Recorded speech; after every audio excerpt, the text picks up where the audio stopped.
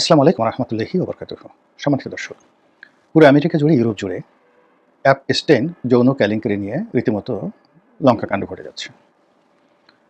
আমেরিকার অনেকের মধ্যে রীতিমতো কাঁপন শুরু হয়েছে। ব্রিটেনের রাজনীতি তছনছ হয়েছে এবং ইতিমধ্যে একজন মন্ত্রী পদত্যাগ করেছেন। এবং এই অ্যাপ স্টেইন কেলেঙ্কারিতে ইতিমধ্যে বাংলাদেশে আব্দুল আল মিন্টু সাহেবের নাম এসেছে।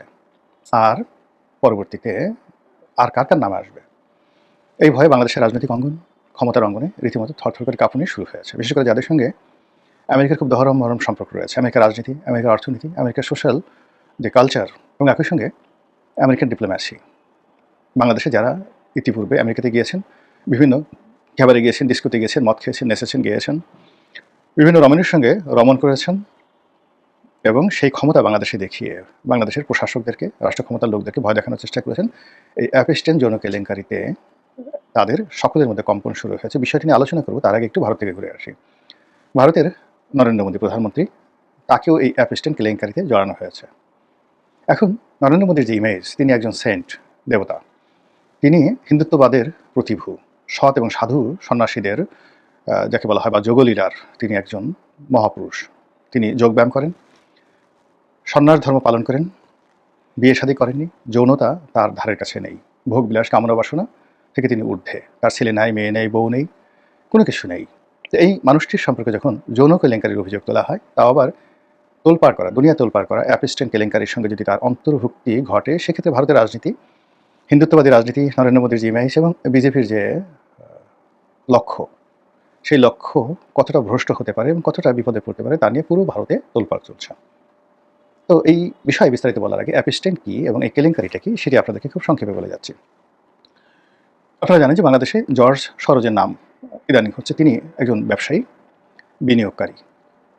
তিনি বিশ্বের বিভিন্ন দেশে আমেরিকার যে ডিপ স্টেট পলিসি রয়েছে, সেই ডিপ স্টেট পলিসিতে তিনি অর্থ বিনিয়োগ করেন।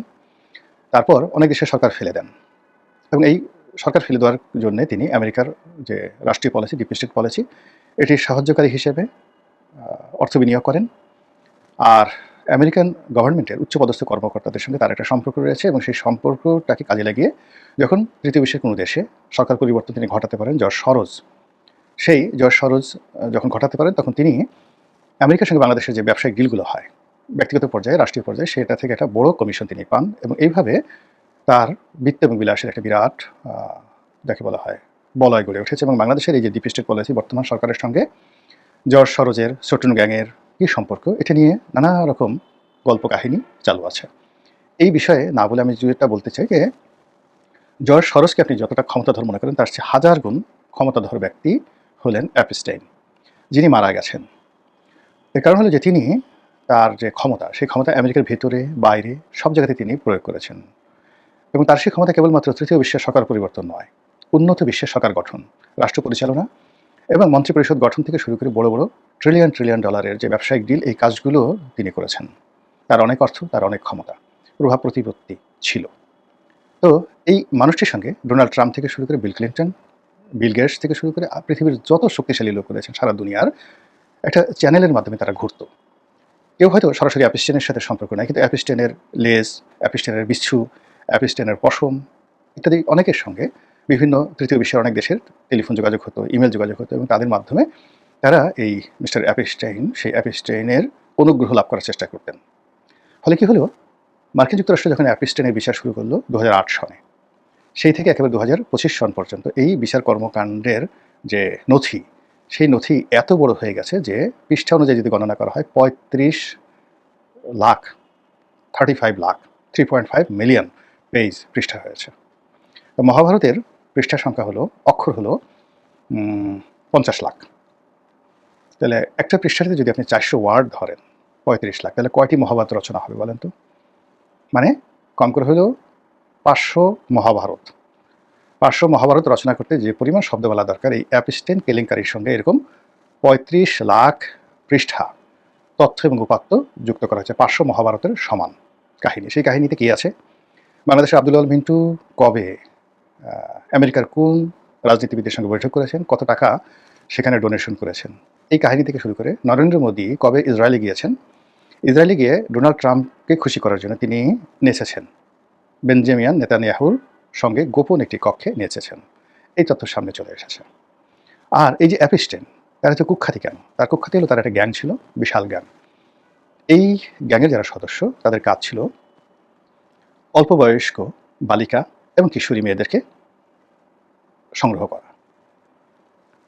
তাদেরকে কখনো জোর জবরদস্তিমূলকভাবে সংগ্রহ করা হতো, তাদেরকে আবার কখনো প্রলোভন দিয়ে সংগ্রহ করা হতো।